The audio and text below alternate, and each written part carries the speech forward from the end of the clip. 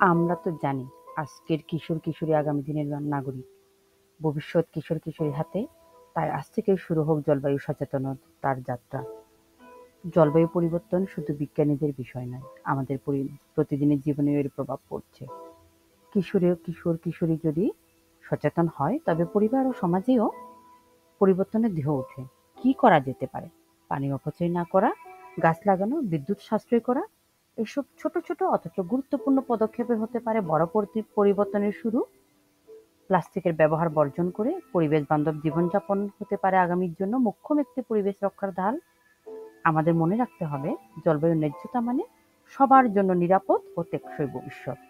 কিশোর কিশোরী তথা সকলকে জলবায়ু যোদ্ধা হওয়ার আহ্বান জানিয়ে আজকের মতো বিদায় নিচ্ছি। দেখা হবে আবার এমন ক্ষুদ্র অথচ গুরুত্বপূর্ণ কোনো বিষয় নিয়ে।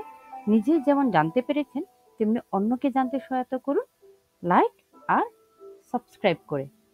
ভালো থাকবেন।